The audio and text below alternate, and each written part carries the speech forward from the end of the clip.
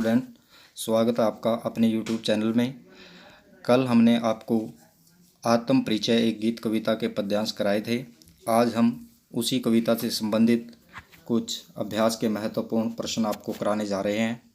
प्रश्न नंबर 1 है, कविता एक ओर जगजीवन का भार लिए घूमने की बात करती है और दूसरी ओर मैं कभी न जग का ध्यान किया करता हूँ, विपरीत से लगते इन कथनों का क्या आशय है। सर्वप्रथम कवि जग जीवन का भार ढोने की बात कहता है। इसका भाव यह है कि कवि संसार से पूर्णतः अलग नहीं हुआ। संसार की समस्याओं के प्रति वह भी सचेत है, परंतु वह अपनी कविता द्वारा संसार के कष्टों तथा दुखों को दूर करना चाहता है। वह संसार को सुखद बनाना चाहता है। इस रास्ते पर चलते चलते कवि को यह अनुभव होता है कि संसार उसकी उपेक्षा कर रहा है। वह संसार के व्यवहार से दुखी है। संसार की जड़ परंपराएं तथा रूढ़ियाँ कवि के मार्ग को रोकना चाहती हैं, परंतु कवि इन बाधाओं की परवाह नहीं करता। वह अपने लक्ष्य की ओर निरंतर लगातार आगे बढ़ता रहता है।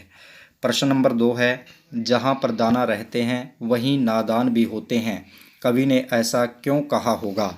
उत्तर है, कवि समझता है कि जो लोग सांसारिक सुख सुविधाओं का संग्रहण करने में सक्रिय हैं, लगे हुए हैं, उनको दाना अर्थात बुद्धिमान कहा जाता है। परंतु कवि का अपना दृष्टिकोण अलग है, अपने अलग विचार हैं। वह ऐसे लोगों को मूर्ख समझता है जो सुख सुविधाओं का संग्रहण करने में लगे रहते हैं। कवि सांसारिक सफलताओं को व्यर्थ समझता है, बेकार मानता है। वह ऐसे लोगों को नादान कहता है जो धन संपत्ति के पीछे भाग रहे हैं। प्रश्न नंबर 3 है, मैं और जग और कहाँ का नाता पंक्ति में मैं और शब्द की विशेषता बताइए। इस पद्य पंक्ति में प्रयुक्त और शब्द में यमक अलंकार का प्रयोग हुआ है।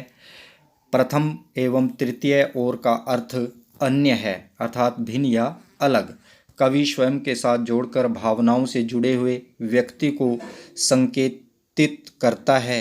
तीसरा और सांसारिक मोह माया से लिप्त आम व्यक्ति के लिए प्रयुक्त हुआ है और दूसरे ओर का प्रयोग तथा के लिए किया गया है। प्रश्न नंबर 4, शीतल वाणी में आग के होने का क्या अभिप्राय है। शीतल वाणी में आग से कवि का अभिप्राय है कि उसका अपना स्वभाव और स्वर कोमल एवं शांत है, परंतु उसके मन में विद्रोह की भावना विद्यमान है। कवि प्रेमहीन तथा स्वार्थी संसार से घृणा करता है। वह तो प्रेम में संसार से ही प्यार करता है। प्रश्न नंबर 5, बच्चे किस बात की आशा में नीड़ों से झांक रहे होंगे।